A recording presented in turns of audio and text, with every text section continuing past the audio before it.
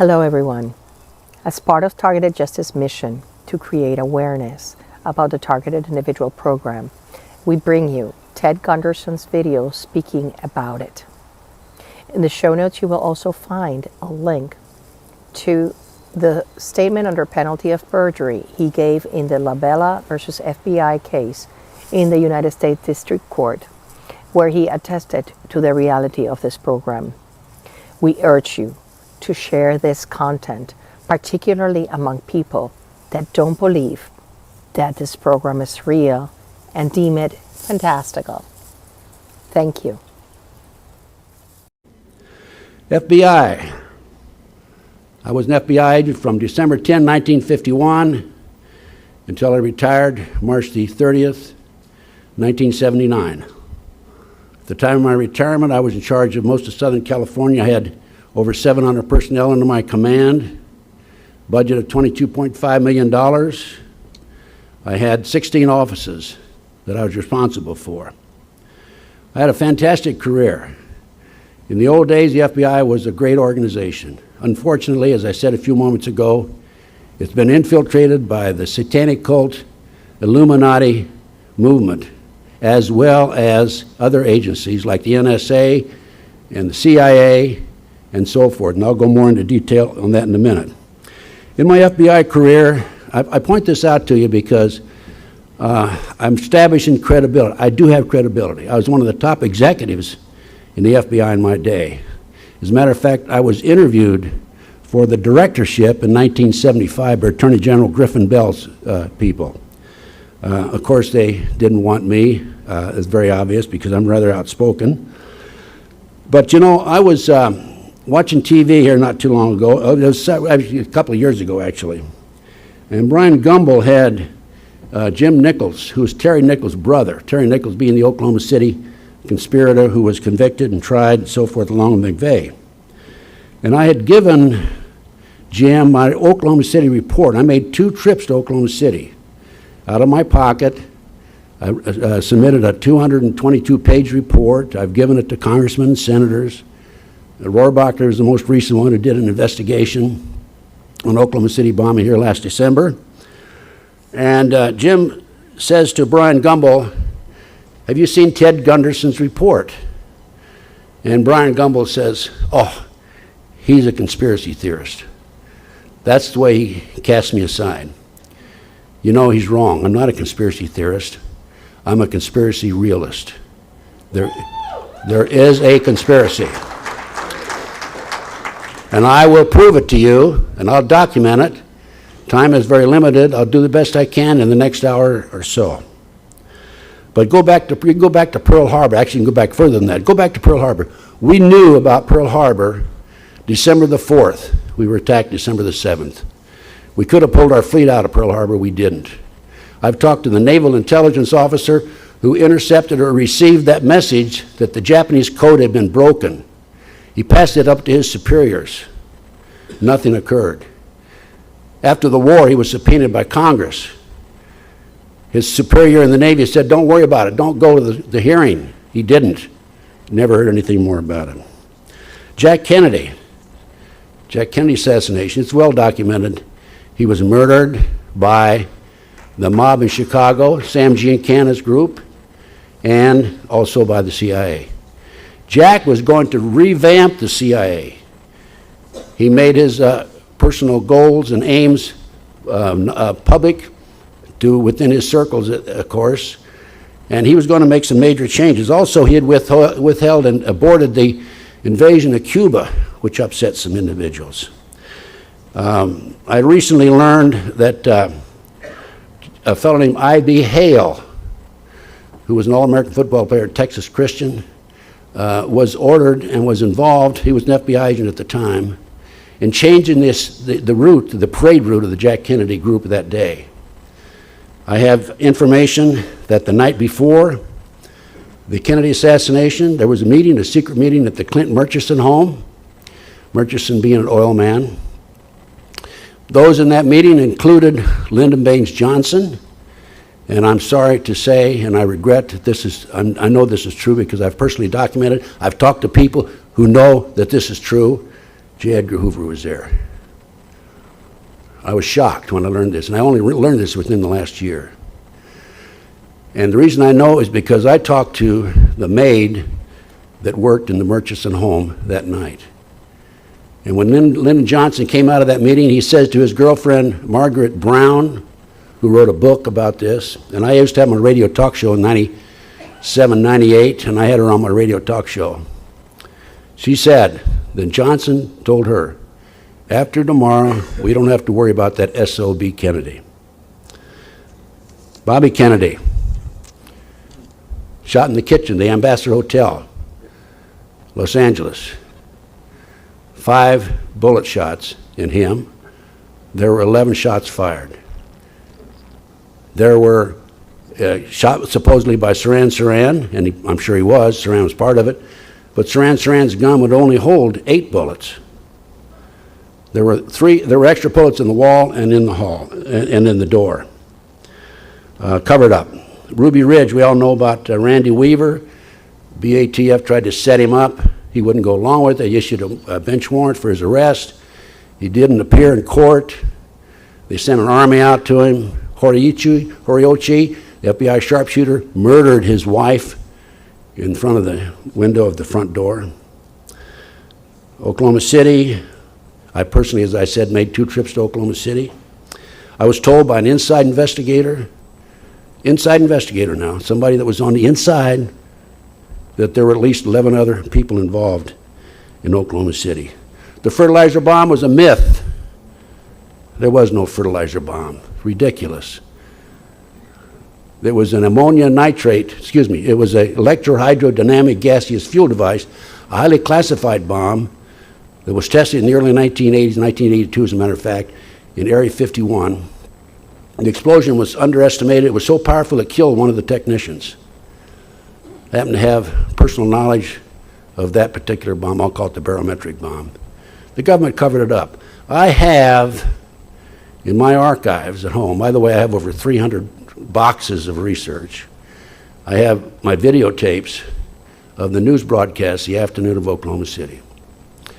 The broadcasters on the TV stations in Oklahoma City, every one of them said they're bringing unexploded devices out of the building. One of them said, now we're going to find out who's behind this, because one of the unexploded devices has U.S. Army stenciled on it.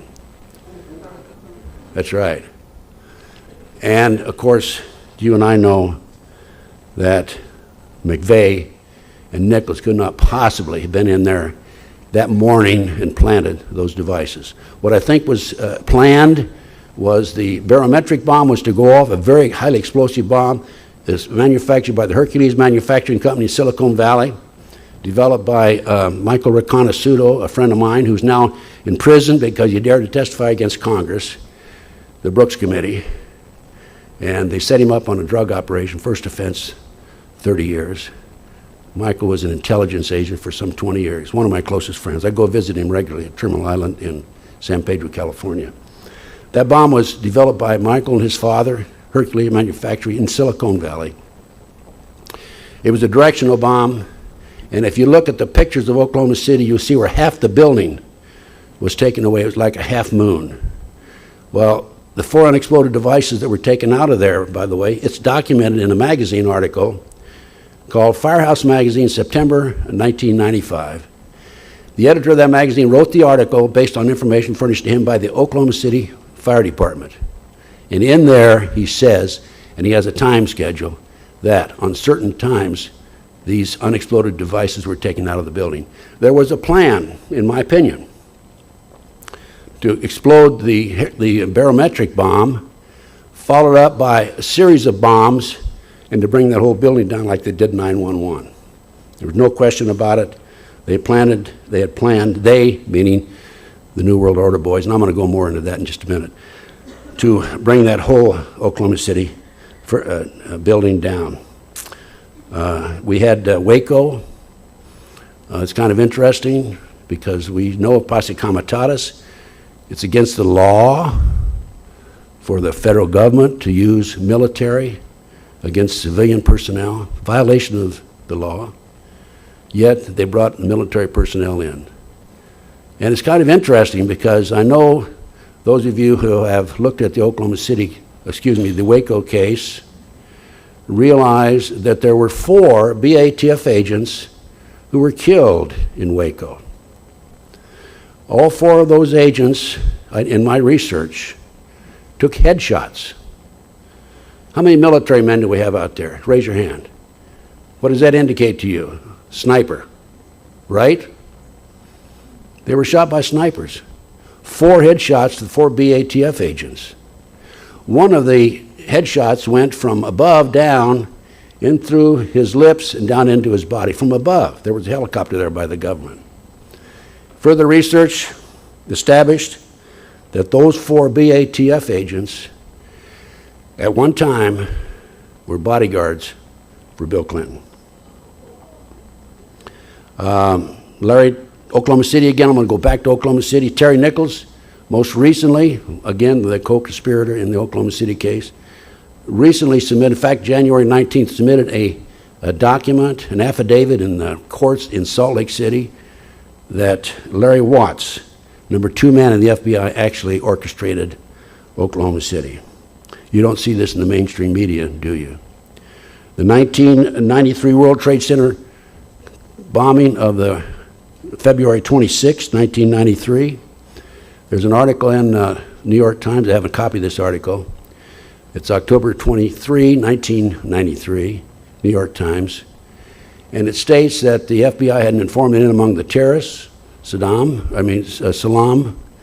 and he was commissioned by the terrorists to put the bomb together. He went to his FBI handler, supervisor, told him he was the one to put the bomb together. He'd been commissioned by the terrorists. We're going to use a dummy bomb, aren't we? His FBI handler said, no, we're going to use a real bomb. The FBI not only knew in advance that they were going to bomb the World Trade Center, car bomb the World Trade Center, the FBI furnished the ingredients for the bomb. It was in the New York Times, LA Times. Now, what I don't understand is, do not the senators and the congressmen of the United States read those 2 newspapers? Right?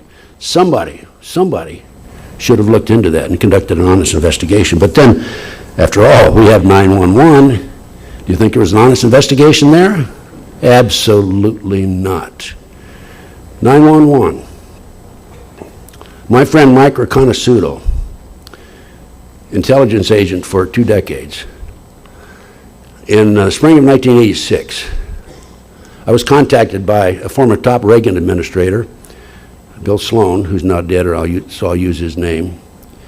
Bill said, can you help the Afghan rebels in their fight against the Soviets?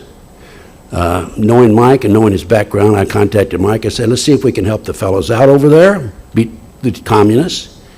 So we had a meeting with the fellow from the State Department / CIA in Los Angeles. Mike and I did. He brought along a 4th individual. 4th individual was Tim Osman. And he didn't say much. He was tall, slender, clean-shaven. And Mike and this fellow from Washington, D.C. talked. I sat in the background. And long story short, Michael was able to put together a package and provided the Afghan rebels the surface-to-air missiles that defeated the Soviets in Afghanistan. Also, Mike learned in his contacts, working with the Arabs, that our government gave the Afghan rebels $650 million a year for 5 years. No question about it in my mind. They're using that money today against us. Okay.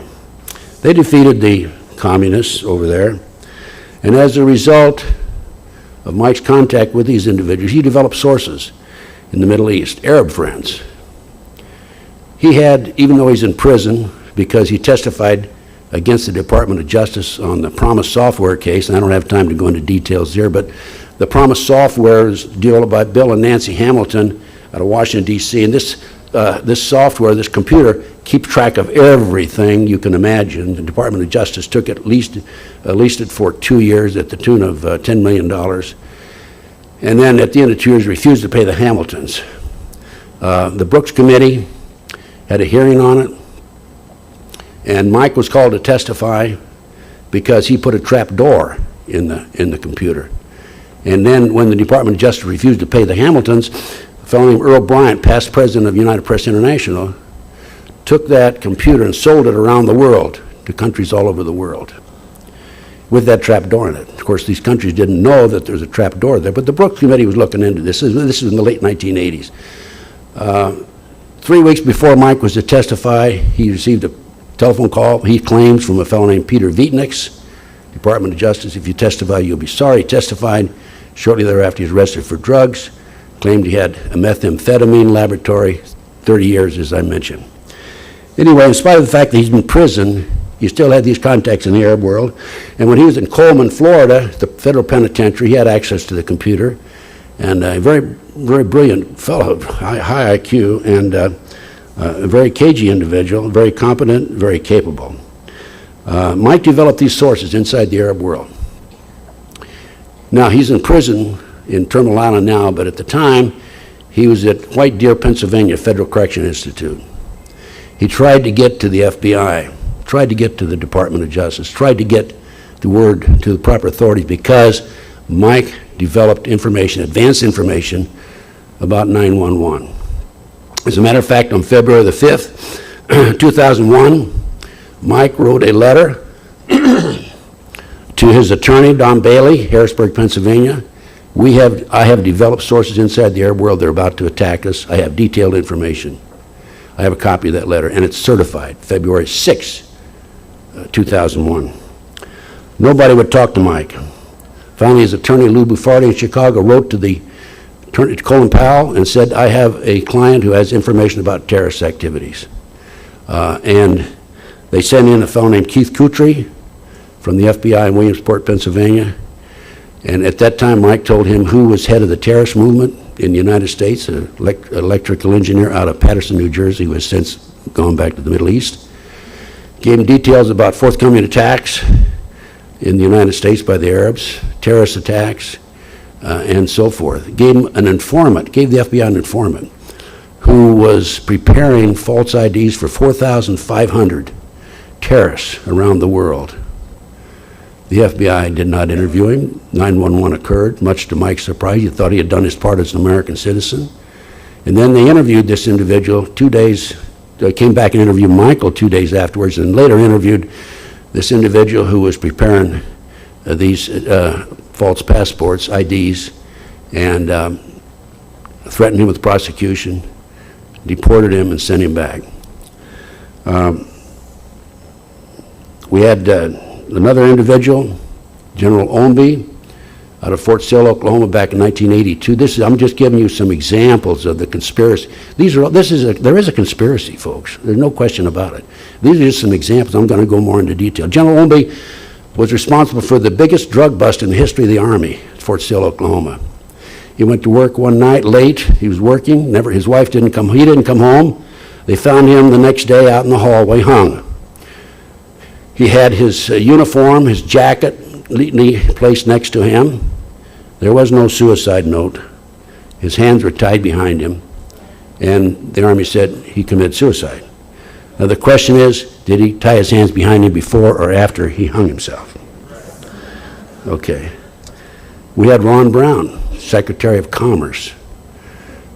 He came in, he went on a flight. He was involved in a serious financial investigation. Larry, I think, had detailed knowledge of this. And he was ordered to take a trip around the world, goodwill trip of some sort. The plane came in on a beam into the mountain. There was a survivor, Kitty Kelly, a flight attendant. She broke her neck. She survived the crash, but she was found later with a broken neck. The man in the tower committed suicide right afterwards. Two pathologists said he had a bullet hole in his head the size of they thought of a .45 caliber. These are just a few of Gary Webb, you remember Gary Webb? He was the one who was responsible for exposing the CIA drug operation into South Central LA. He was ruled a suicide. He shot himself in the head twice. Okay. So when did I wake up? Well, I left the FBI in March 30, 79. Attorney General Griffin Bell hired me to coordinate security for the Pan American Games. Came back, I was involved in the '84 Olympics in Los Angeles. I was a consultant. And as a private investigator, I opened my own firm in Westwood, California. Worked the Jeffrey R. McDonald case, M-A-C-D-O-N-A-L-D. He's a former Green Beret doctor convicted of murdering his wife, 2 children, Fort Bragg, February 17, 1970. He'd been tried, convicted, sentenced to 3 consecutive life sentences. Defense team came to me, will you investigate it? This is after the fact, of course, he's already serving time. I said yes. Long story short, within 10 months, I obtained a signed confession from Helena Stokely, who said he didn't do it. It was my satanic cult group that committed the murders, wife and 2 children, 2.5 and 5.5. We submitted that to the courts. We were ignored, of course. So I found out, Helena told me that this was a large-scale drug operation that was being covered up. They were flying drugs in plastic bags in the body cavities of the dead GIs coming out of Southeast Asia. There were military generals, plural, involved, other military personnel, officers, police officers, investigators for the Army, and so forth. That was my wake-up call. And I went public with the information, and I was like a magnet, like a sponge. People came from all walks of life throughout the United States telling me about the satanic cult movement in this country. People from the West and the East and the South, and I'm still receiving these phone calls. One day I had 900 emails, so if you send me an email and I don't answer, you'll understand why, okay? There's tremendous demands on me because there are so many victims out there. These people are victims of a covert, illegal, rogue U.S. government criminal enterprise. Okay. You have to understand, 27 plus years in the FBI, me. I was very proud of this in my day, okay? However, it was only until I got out that I realized there was this undercurrent, rogue, illegal criminal enterprise operating in this country. There's 2 elements in the government, overt, covert. I was an overt operator. I was the guy that went to the bank robbery. I did everything, okay, in my day. Bank robberies, kidnappings, extortions. I negotiated with 2 terrorists, Philadelphia International Airport, July 12, 1972, for the successful release of 113 passengers on an airplane. I picked up a 10 most wanted. I ran the whole gamut. Worked counter-espionage in New York City. And I was very active against the Black Panthers in New Haven. I was number 2 man there in charge of anti-terrorism, espionage, and so forth back in the late 60s, Vietnam days, and so forth. And I recently had an opportunity to prepare a report for the U.S. Senate Intelligence Committee. I was asked to prepare this. And I wrote it in 12 days, as a matter of fact. It's being typed as we speak. And I'm going to read my introduction to you, which I think tells the whole story about what's going on. Here's what I said in the introduction of this report. I don't know where it's going to go. I don't know if anybody's going to do anything about it. Hopefully they will. Based on 28 years' experience and research, I have determined there are thousands of victims who have been targeted by an illegal U.S. government rogue criminal enterprise that is active 24 hours a day throughout the United States. A network of victims who work with me have reached the same conclusion based on 1, their personal experience. These are the people who have come to me. 2, the significant number of victims, thousands of them. And 3, the extent and intensity of the harassment. I'm talking about micro beams, I'm talking about surveillances, I'm talking about poison gas, everything, the evil that you can think of. It is far too active to be operated and controlled by private enterprise. Private enterprise goals are to achieve financial gain. These operations require extensive financing to operate with no return on the investment. I believe these programs are financed through illegal black operations, i.e. drugs, prostitution, gambling, kidnapped children, who are auctioned off as sex slaves, used as human sacrifices and body parts. I have documentation of every one of those.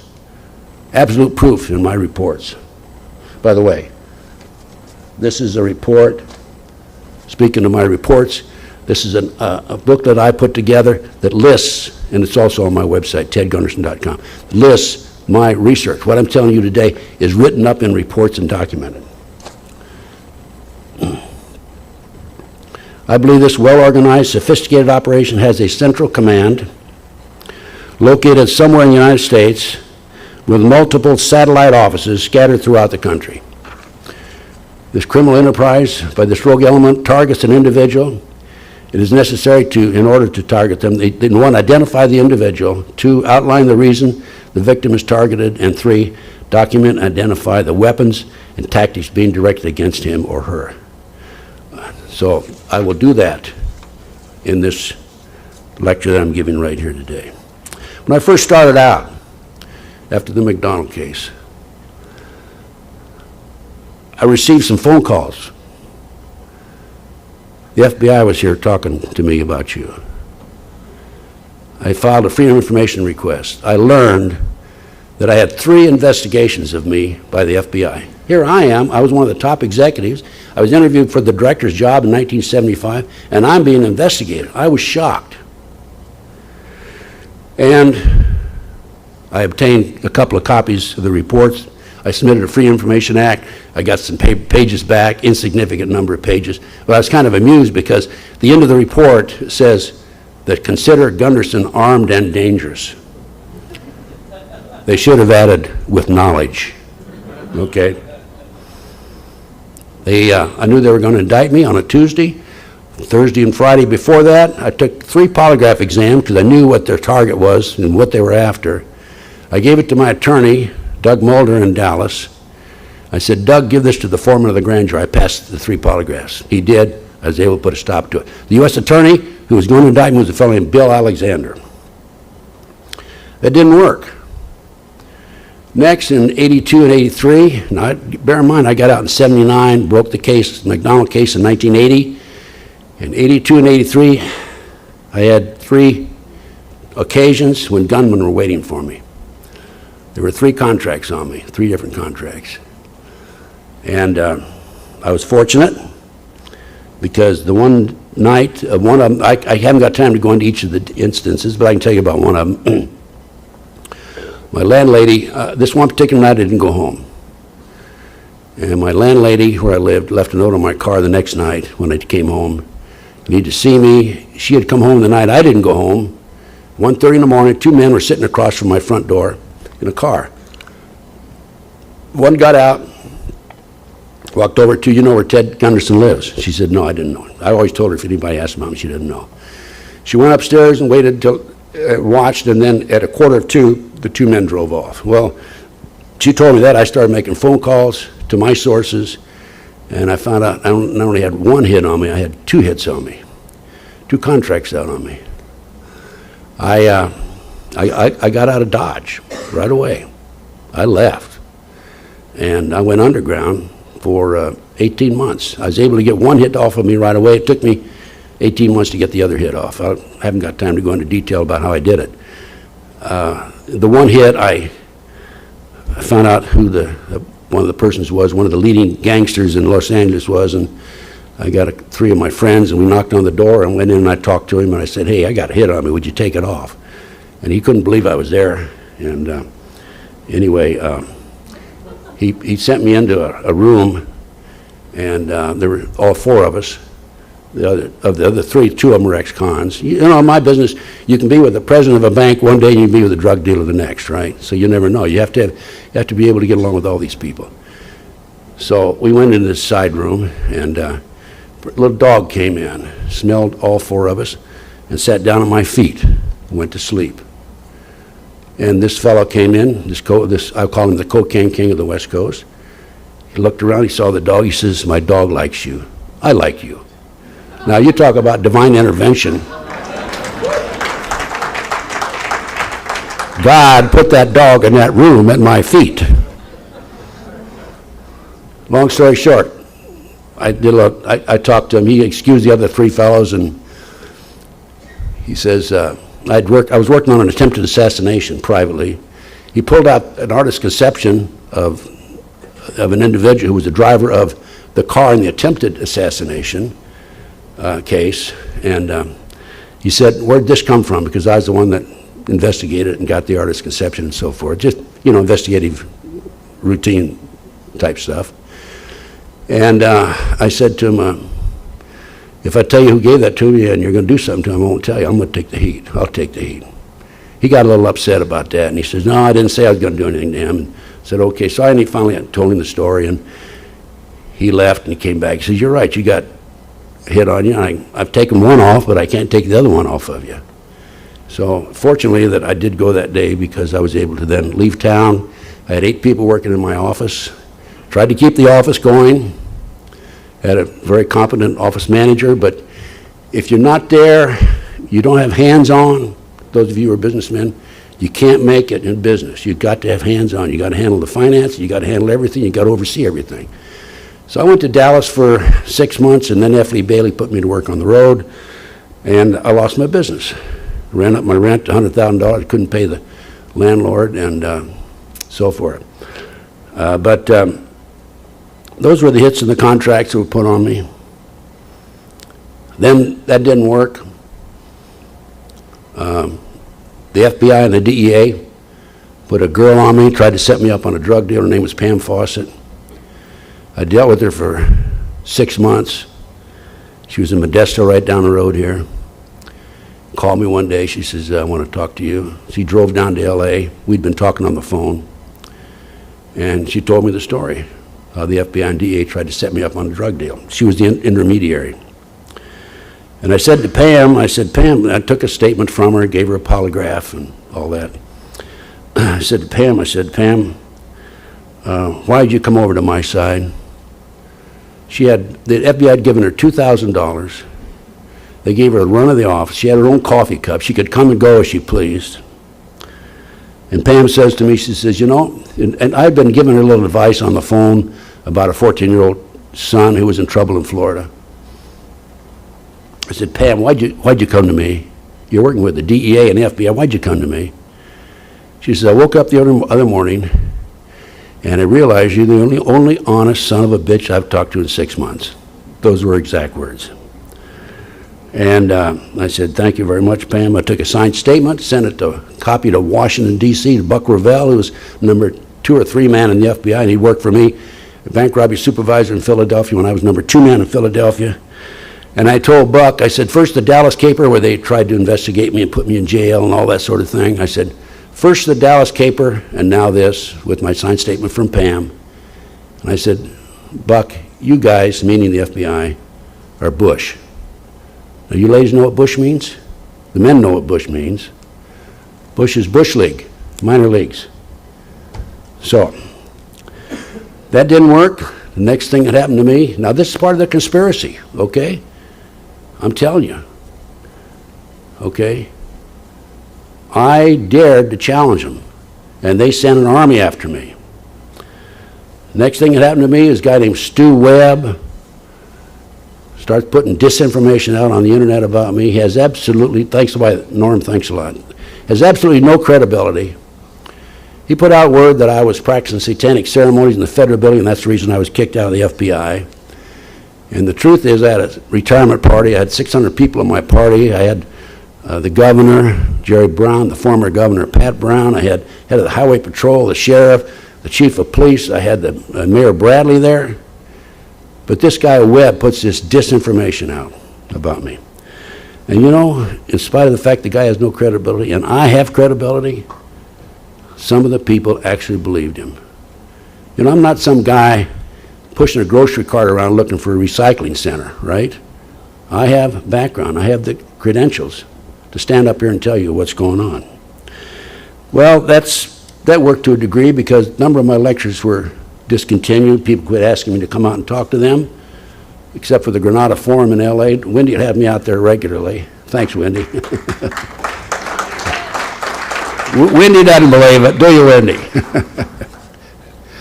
The next thing, I'm living in Las Vegas. I'd been in LA and moved from LA to Las Vegas in 1994. And I have a situation where I took a girl off the streets in LA. She was the former girlfriend of an Al-Qaeda leader of a terrorist cell in LA. Her name was Fiona Lyon.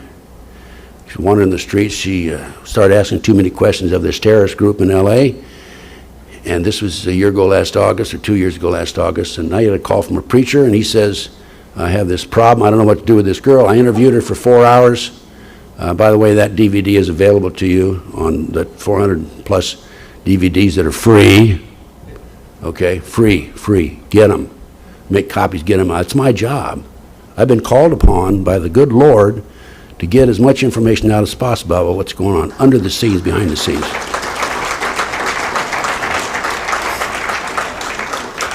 So I take this girl, do the interview with her, and so on and so forth. I tried to place her. I wrote to the FBI. I gave them the report. My report on her, she identified the locations of the 8 locations where the terrorists were meeting. 8 locations. I gave it to the FBI. I told them we need to put her in the witness protection program. I'm still waiting to hear from them. This was a year and a half ago. And they did interview her arrest her boyfriend and another individual and deport them because they were here illegally from the Philippines. But I'm telling you, I have never seen convergence like that on me, even though I've been a victim of disinformation and surveillance and everything. Once I took that girl in, they came out of every nook and cranny. I can't believe how many surveillances they had on me. And they were not discreet at all. They were very obvious. Driving from one of my associates, Clarence Malcolm, there was an attempt to kidnap him. I went over, that's another long story and I won't go into it, but I went over and basically rescued him and told Clarence, who'd written a book about how to take our country back, I told Clarence, you better come on over and live with me. So he came over and lived with me. This was before the Fiona Lyon case. So this is just typical of what's happening. And Clarence is with me today. He does a great job. He made that board back there. And he put these reports together, these DVDs. Clarence is the one that's responsible for that, not me. You just work together. And so anyway, we had this girl, and I tried to place her. Finally, couldn't place her any place. Took her to New York, and she thought she had a friend there that could help her. And then I took her to Oregon, and nobody there would help her. I had no other choice but to bring her in. I had a 3-bedroom condo in Las Vegas. And she ended up finding a man there and getting married and so forth. And she came in one night, about 11:30. She and her husband came in. And by the way, the whole time, from the time I took her in up until right today, we've had unbelievable number of surveillances on us. So she and her husband came home one night about 11:30, walked in and said, "You look sick. You're terrible."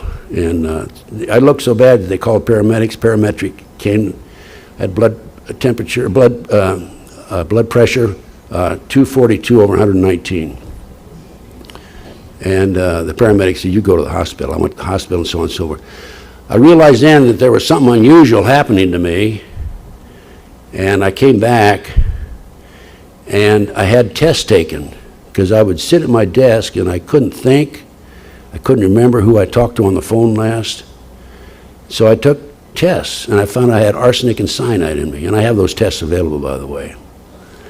And I put it together. You know, a lot of our patriot people are dying from heart attacks and strokes. I think what it is, I can't prove it, it's this poison gas that they pumped into my condo, and that's what they wanted to happen to me. They wanted me to die of natural causes. As a matter of fact, Clarence was driving from Las Vegas to LA once, and a car pulls in front of him, a car pulls behind him, a car pulls behind him, front next to behind him. And he's trapped, and blue smoke comes out of the car in front of him. And he was sick for 2 weeks. He's still sick, by the way. I was taking the same route about 2 months later, and the same thing happened to me, car in front, car next, and there was no car behind me, fortunately. And I suspected it because I was doing 75, this car was following me, He got up and got in front of me, slowed down to 55 miles an hour. I had to slow down because I was blocked, and I backed off right away. And then I went down about another 50 miles, pulled into a gas station. He was waiting down there for me. They gassed him. I was being gassed. There's no question about it. The New World Order boy, I call them the junior high boys. They're recruited out of Special Forces, by the way.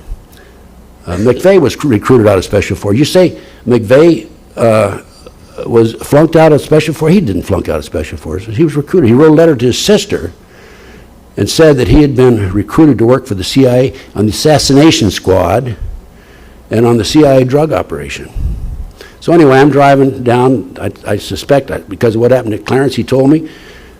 Car pulled right in front of me, 55. I backed off real fast, pulled over to the side of the road, waited 15 minutes. They were waiting for me 50 miles down the road. That's the latest thing with me, poison. I was poisoned. And I said to myself, you know, I got to get out of Dodge. I'm in Las Vegas. I got to leave Las Vegas. And within 2 weeks, I had my friend John DeCamp, attorney in Nebraska. He and I worked the Franklin cover-up case together. John called me. I called John. I said, John, I got to get out of here. He said, well, come on back. I got a place. I can put you up. So he's renting a 4-bedroom, 2-bath home to me in Claytonia, Nebraska. Claytonia, Nebraska. How many people know, have heard of Claytonia, Nebraska? I'm not going to see any hands out there, I'm sure of that.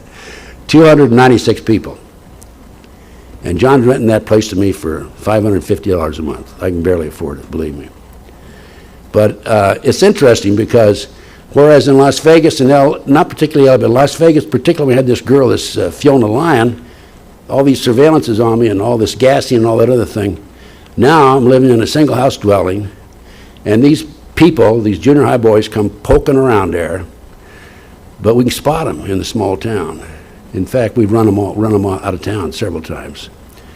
And it's kind of interesting because the main street's 5 blocks long, and all the side streets end up dead-ending into cornfields.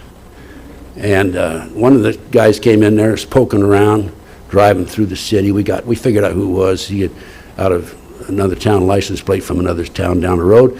So Malcolm got behind him and chased him, and the guy went up a side street and ended up in a cornfield, right? Had to do a U-turn and come back down. So Las Vegas, I left there. I'm in Claytonia, Nebraska, 296 people, and it's beautiful. Now, why me, right? Why am I targeted?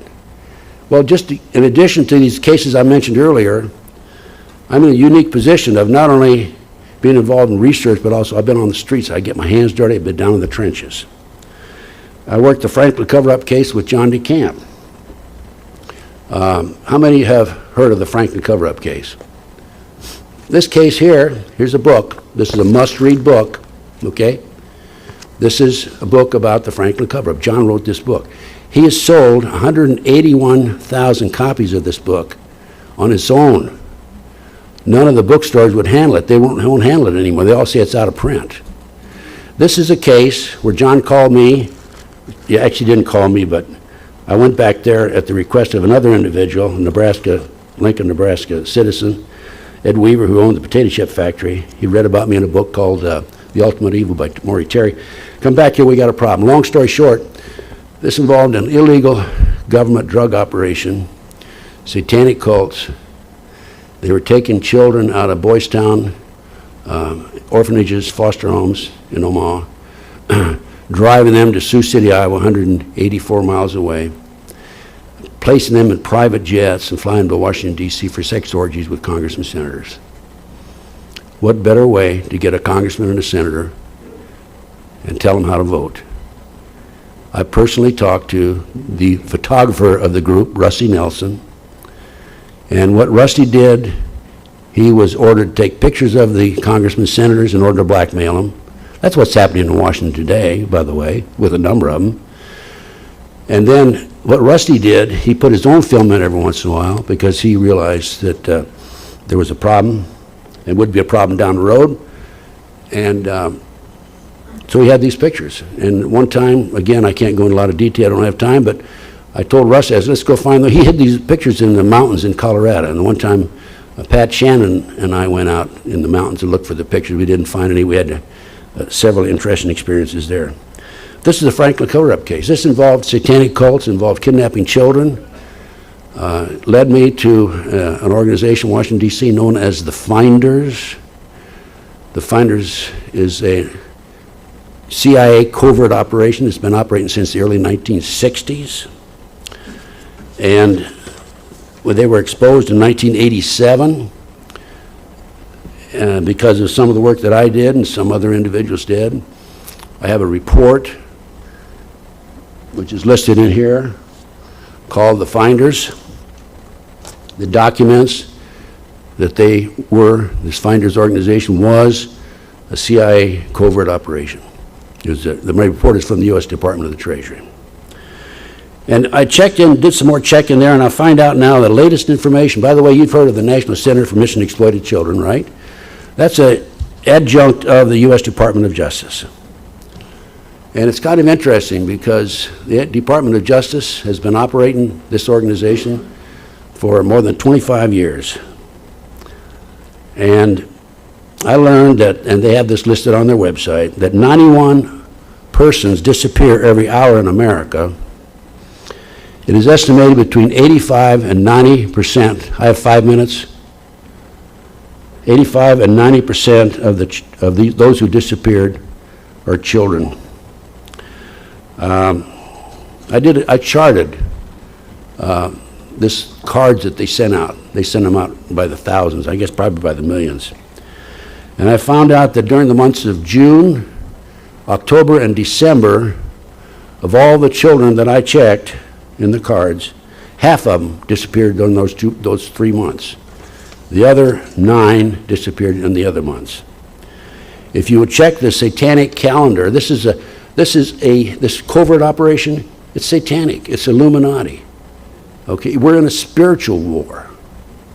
If you check the calendar, the satanic holidays, you'll see that the big holidays are the summer solstice, June 21st, Halloween, October 31st, and the winter solstice. In the back of this pamphlet, I have the list of the satanic holidays. I also have a collage of some of the world's leaders who have pictures of them given the internationally recognized satanic sign, the satanic sign, hook 'em horns sign, okay? This is among my research. How much time do I have? 3 minutes? Wow. Well, I'm going to have to skip through some things here. I have a lot more information for you. What's the bottom line? Bottom line is this. It's called the Illuminati. This is the best book of its kind that's ever been written, called Pawns in the Game. In 1776, May the 1st, Adam Weishaupt, a Jesuit priest, announced the 25 goals to take over the world 230 some years ago. These included elect our own people to office, control the media. In my research, I have a copy of the congressional record, February 9th, 1917, where Congressman Callaway stood on the congressional floor and announced that the J.P. Morgan interests had bought up 25 of America's leading newspapers in order to control the press. They control them today. Another one of the goals is corrupt the youth through sex and drugs. That's happening. We're talking about passing out condoms to 10, 11, 12-year-old children on the East Coast someplace. Elect our own people to office, I mentioned. Infiltrate law enforcement, infiltrate the military. It's all here in this book. This explains what's going on. It's satanic cult. It's evil. We're being run, this country's being run by Satanists, in my opinion. And I can go on and on. Actually, I have about a 4 or 5 hour lecture, but I've had to cut it down a little bit. But what's happening? Well, we have internment camps, okay? This is a picture of the railroad cars that they're going to haul us up and carry us off the internment camps in. There's shackles in these cars. It's 3-level. I saw this. I was driving here not too long ago from Los Angeles to Las Vegas. and as a Barstow, and there's a railroad overpass there. And it was at night, 9:30, and I went down, and then I started to go down, and looked up, my headlights hit on one of these cars right here.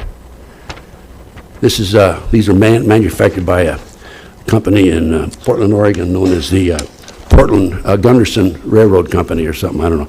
No relative, I hope, no relation. Anyway, folks, I'm going to have to run. I condensed as much as I could into telling you about this.